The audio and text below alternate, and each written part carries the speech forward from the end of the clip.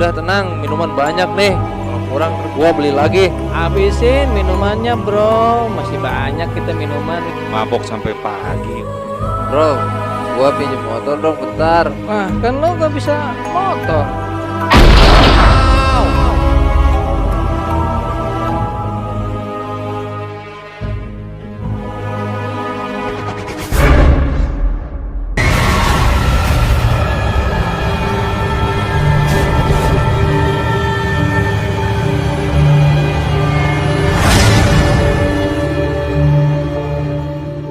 Assalamualaikum warahmatullahi wabarakatuh. Salam sehat untuk kita semua.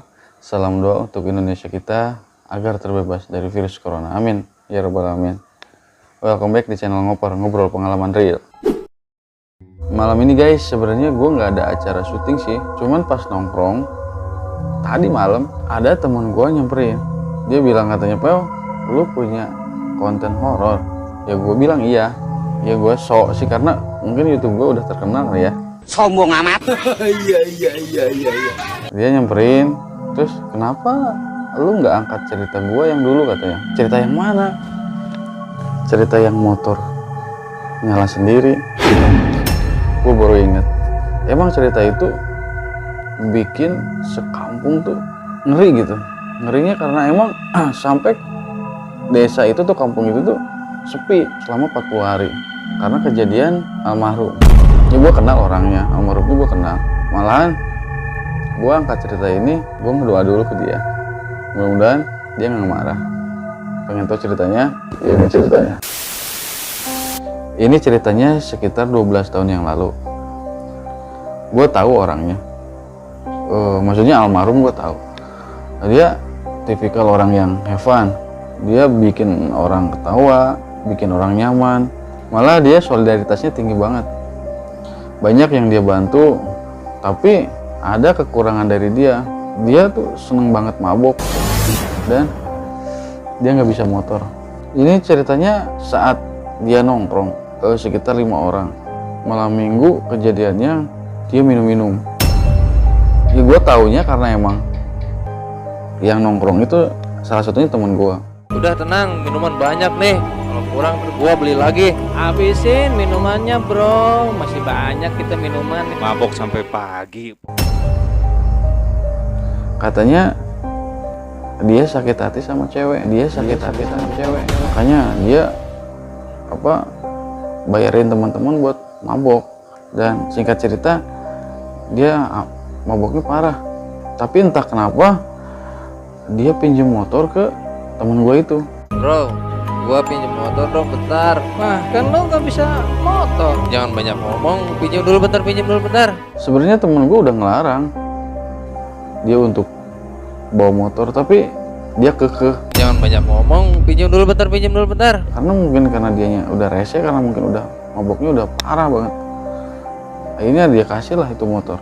Gilanya dia mau nyoba motor atau belajar motor pas di Pudunan itu, di jalan turunan itu. Sontak teman-teman gua kaget. "Lu serius?" katanya. "Udah serius." Dan akhirnya ya udah kasih motor. Tapi naas, di saat dia mau ke Pudunan, ke jalan turunan itu, kegas tuh motor karena ada lubang gede. Ban depannya tuh masuk. Motornya terjungkal, tapi badannya nabrak mobil yang lagi parkir. Gosipnya sih itu mobilnya mobil truk pembawa barang ya. Dan akhirnya dia terjatuh.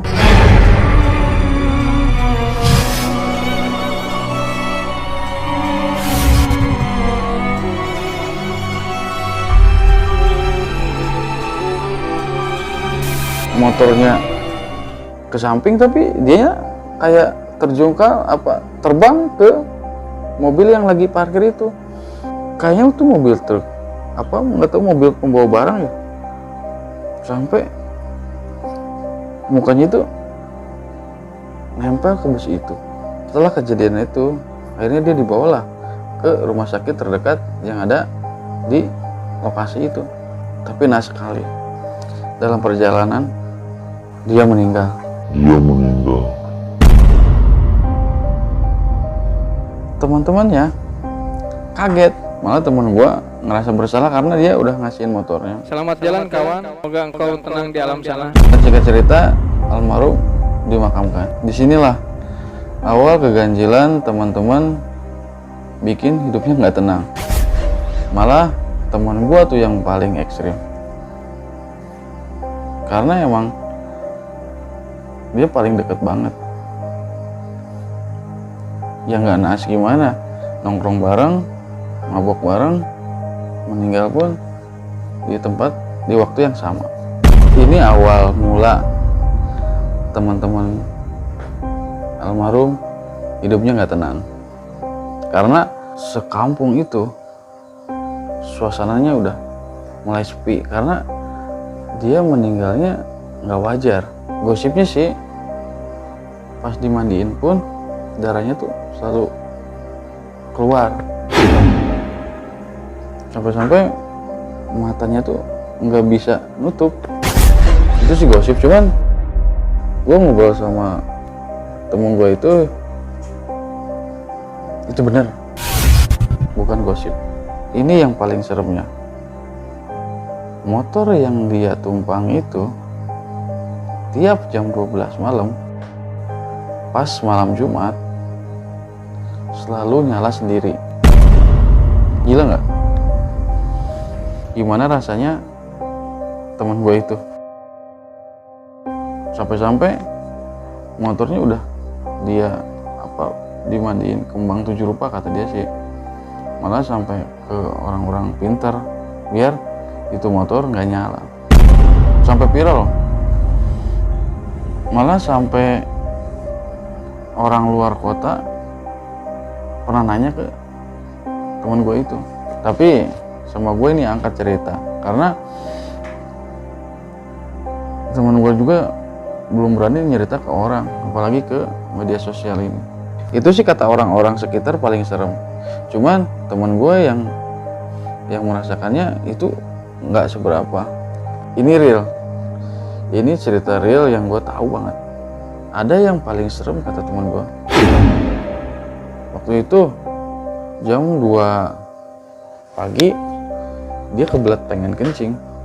Dia akhirnya ke WC lah, tapi WC-nya itu berjauhan dengan kamarnya karena emang posisinya rumahnya lagi direnovasi. Kebetulan pas direnovasi katanya.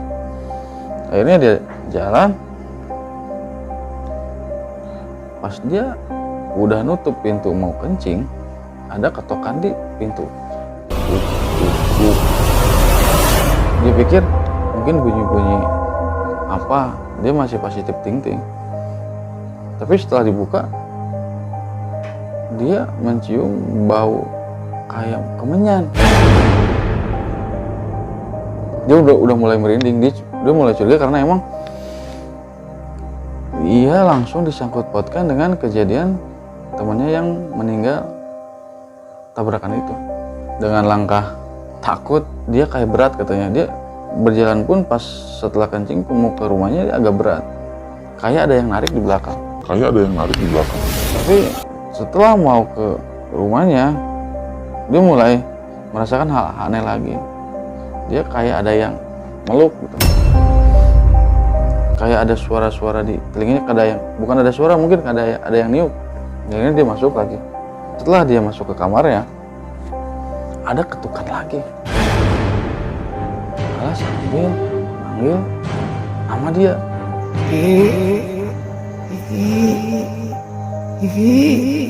Dia sampai keringat dingin, bulu kuduk dia sampai berdiri katanya. Ada ketukan lagi terus. Dia buka, nggak ada siapa-siapa. Dia tidur lagi, mau dia berbaring lagi, diketuk lagi tuh pintu. Semakin dia takut, semakin ketukan itu banyak. Tapi setelah dia baca-baca ayat-ayat suci, tapi tetap ketukan itu terus ada. Kiki tambah bingung, harus kayak gimana katanya. Seketika dia memberanikan diri lagi untuk membuka tuh pintu. Saat dia buka, temen gue ngelihat almarhum lagi pakai baju yang dia pakai dulu pas nongkrong, sambil bawa kunci. Awalnya gue nggak percaya sih, cuman teman gue itu sampai sumpah-sumpah itu kejadiannya real seperti itu katanya. Sambil dia bilang gini, Ini gua mau ngasih kunci. Makasih ya udah kasih pinjam motornya. terus gue tanya lagi, itu mukanya bersih apa rusak? Iya, dia bilang mukanya rusak. Kiki.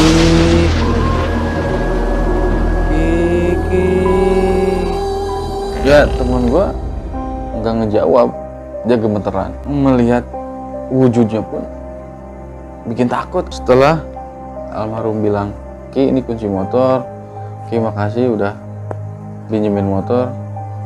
Akhirnya penampakan itu hilang sendiri. Kiki kayak yang cengok gitu, dia kayak nggak ngejawab, nggak apa, tapi badannya tuh gemeteran gitu. Gila Ki, gue kalau jadi lo udah nggak bisa tidur tuh seharian. Setelah kejadian itu gue nanya lagi ke Kiki, Ki lo nongkrong kan berlima, yang bertiga itu sisanya didatengin gak sama almarhum? Ya kata Kiki, mereka didatengin, cuman di tok-tok pintu aja, enggak sampai didatengin sama wujud-wujudnya. Sampai 40 hari teman-temannya pada nginep bareng di rumah si Kiki.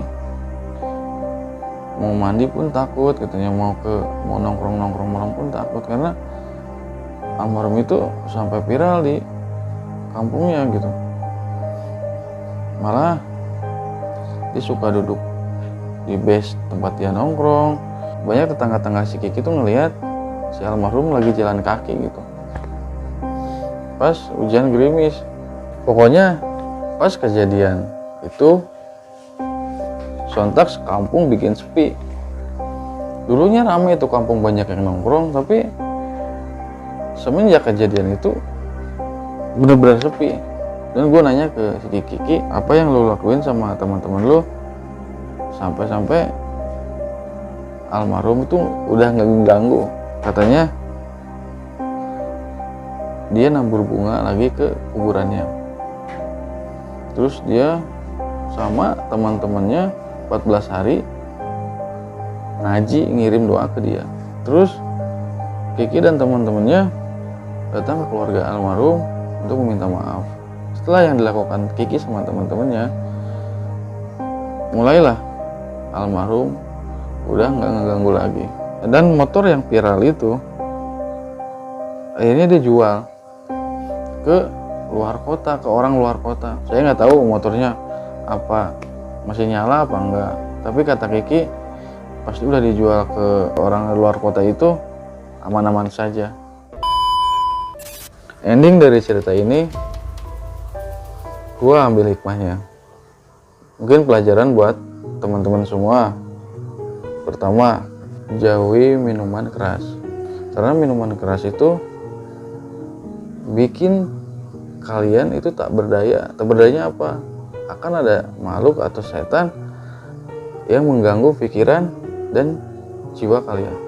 Dan yang kedua, kalau mengendarai kendaraan harus benar-benar bisa.